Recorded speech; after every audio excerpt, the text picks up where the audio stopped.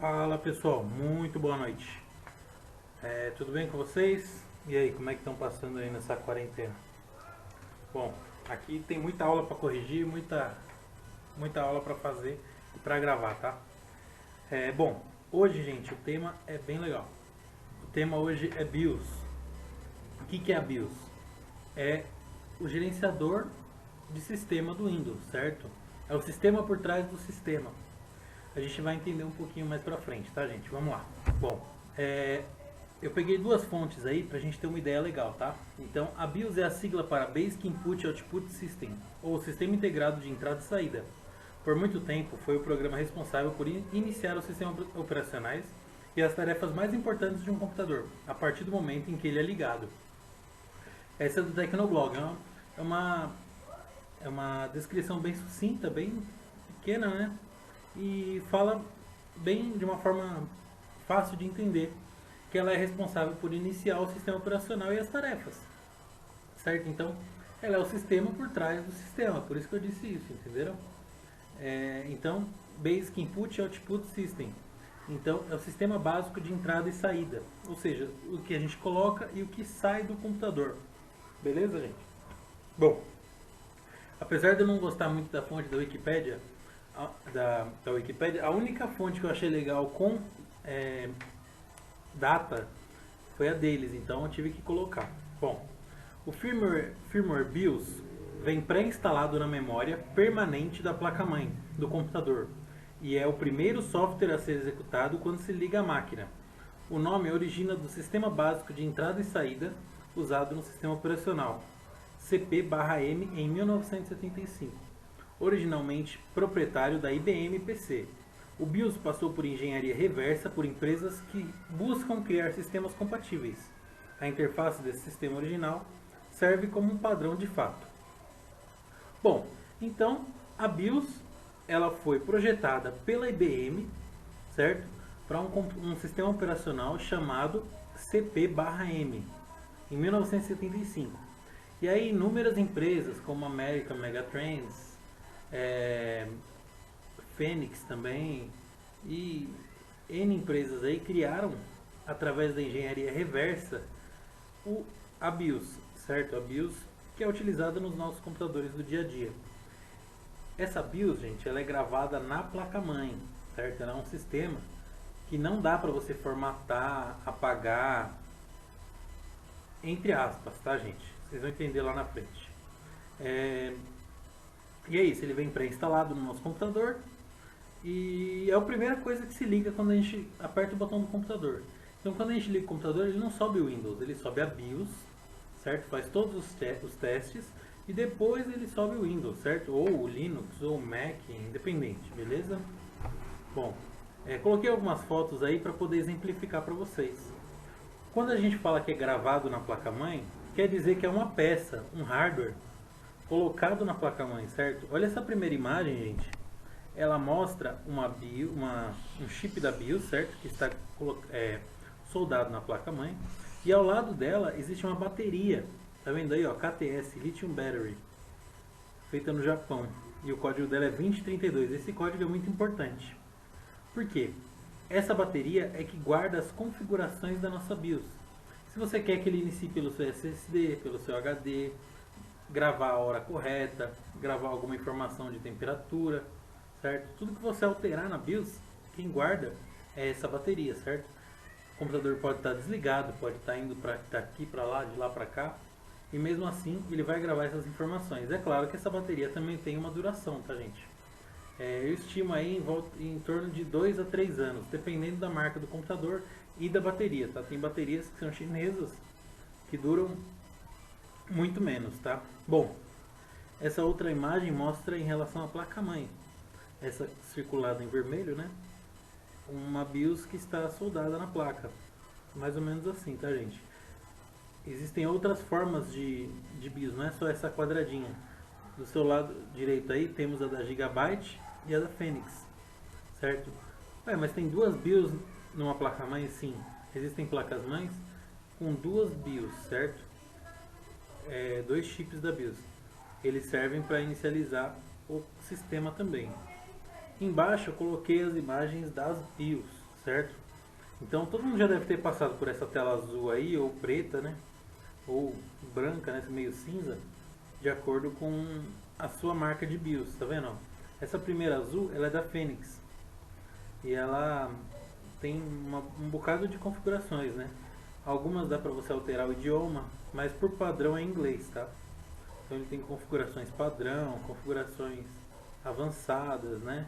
Configurações de chipset, de frequência, certo? Nessa outra aí, ó, ela é da American Megatrends, certo? É outra empresa que faz BIOS, são as mais famosas, tá? Essa Winbond também faz, né? Mas eu conheço muito essas duas aí, a Phoenix e a American Megatrends. Bom, e depois do lado aí é uma outra cor, né? De BIOS também, mas dá pra você alterar a cor pelo próprio sistema. Depois eu vou colocar um simulador, vocês vão entender melhor. Bom, quais são as principais funções da BIOS, gente? Então, além dela carregar o nosso sistema, o nosso Windows, o nosso Linux, certo? Ela ainda tem várias funções, né? Vamos ver aí, ó. Ela tem configuração de data e hora, ou seja, ela segura, né? Ela salva a data e hora do nosso computador para quando a gente ligar novamente, ele estar na hora correta, tá? Então mesmo desligado o computador continua passando o relógio, certo? Configurações de boot, ordem de inicialização. Eu tenho 3 HDs, eu tenho 2 HDs e um SSD. Como que eu faço para ordenar quem vai iniciar o sistema e quem não vai iniciar? Dessa forma. Eu tenho um drive de CD, eu quero subir pelo drive de CD, o Linux, por exemplo. Então eu tenho que alterar a ordem de boot, certo? Eu também posso alterar a forma que o computador faz o boot. Existem mais de um tipo de boot, né? Existe o IDE, existe o EFI, né? E você pode alternar esses tipos de boot, tá? O EFI é mais novo, o IDE é mais antigo. Teste de inicialização do sistema. Então, quando ele liga o computador, mesmo que você não veja, ele está testando todos os componentes: memória, processador, placa de vídeo, HD, certo? Outros dispositivos conectados nele. Ele vai confirmar tudo para ver se está tudo certinho, se tem algum erro. Se tiver algum erro, ele vai indicar na tela. Por isso que a gente fica naquela tela preta cheia de coisa escrita e a gente não entende nada, né? Bom, essa tela é a tela que verifica e nos apresenta o erro que acontece. Por exemplo, seu teclado não está plugado, certo? É um exemplo, mas acontece. Bom, monitor de velocidade e temperatura dos coolers e processadores. As BIOS também mostram a temperatura do processador do nosso computador, da placa de vídeo, do chipset da placa-mãe. Mostra a velocidade dos coolers, se está uma velocidade legal, se está caindo muito, se está muito alta, se é necessário trocar ou não. E ela também avisa caso a temperatura esteja muito alta e os coolers não estejam funcionando. A BIOS também faz esse tipo de aviso, né, de anúncio, certo? E existem outras configurações, como virtualização, tamanho da placa de vídeo on-board, se a porta USB vai funcionar ou não, mas basicamente as mais importantes são essas daí, tá, gente? Bom, aí eu estou mostrando em inglês mesmo a tela principal de uma BIOS, certo? Por quê?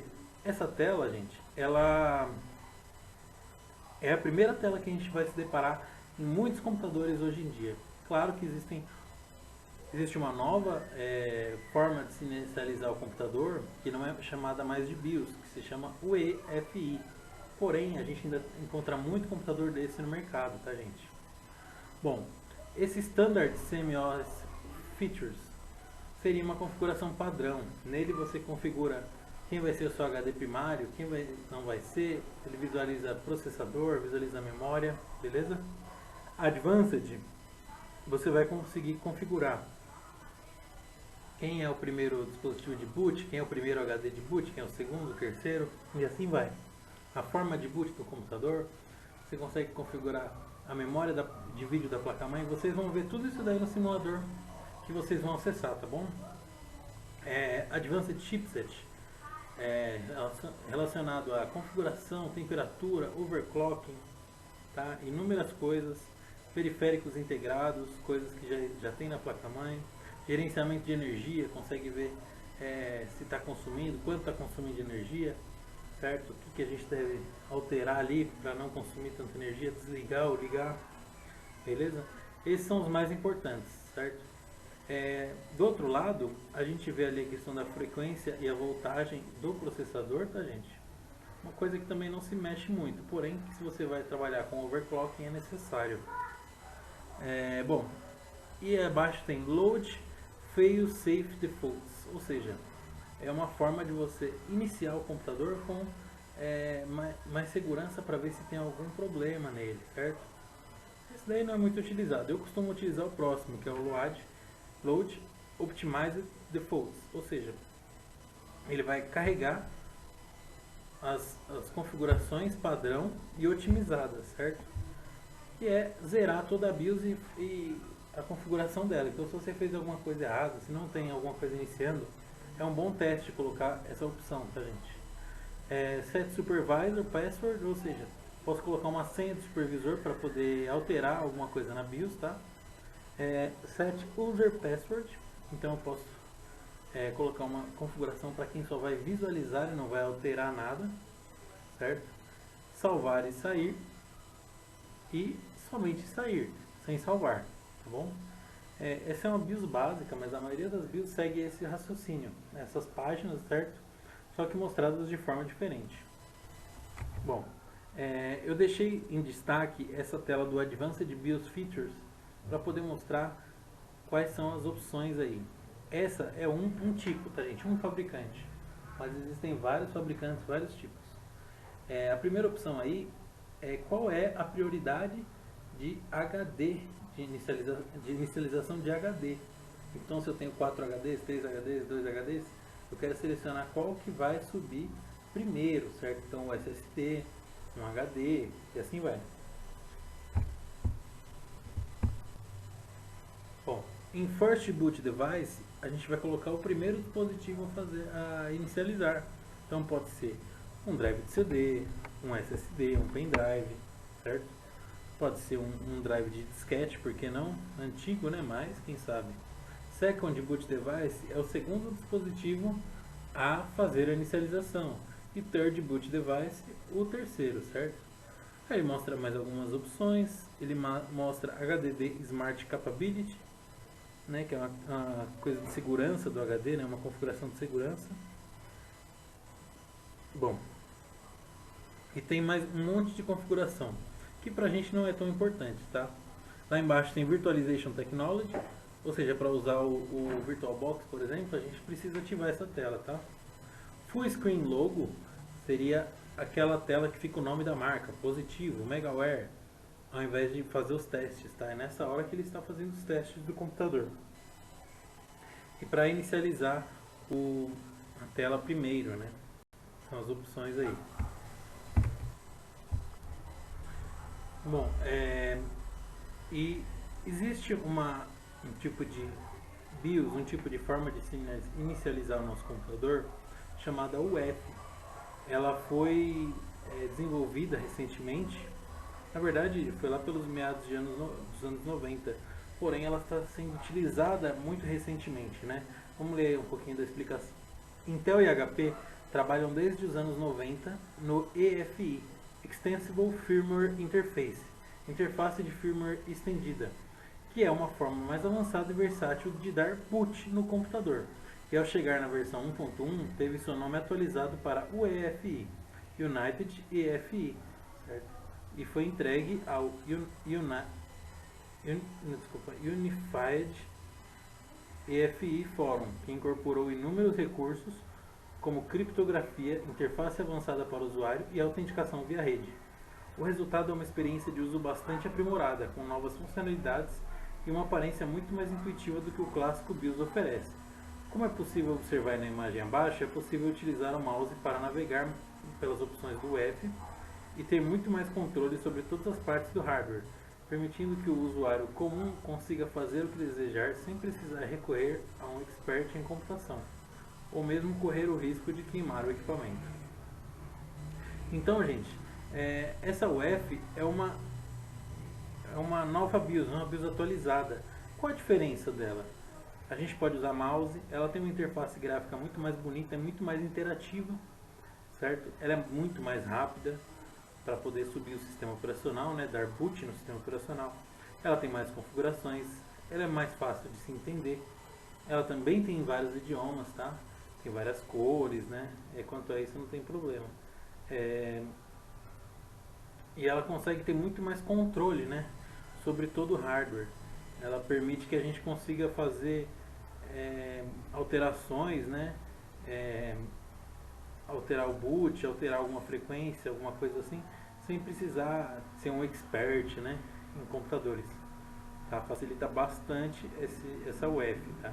É o que eu falei, ela foi desenvolvida pela Intel e HP em meados de 90 e a gente está em 2020, né? E agora os computadores estão começando a sair bastante com o UEFI, certo? E é isso, gente. Eu deixei esse meme aí justamente para falar de uma coisa. Tanto a BIOS quanto o UEFI podem ser atualizados, tá? Eles podem ser atualizados via rede, certo? Ou seja, a gente conecta na internet e consegue atualizar, ou via arquivo, a gente salva num pendrive, certo? Então no site do fabricante, salva o arquivo, envia por pendrive para outro computador que precisa atualizar a BIOS e faz a atualização.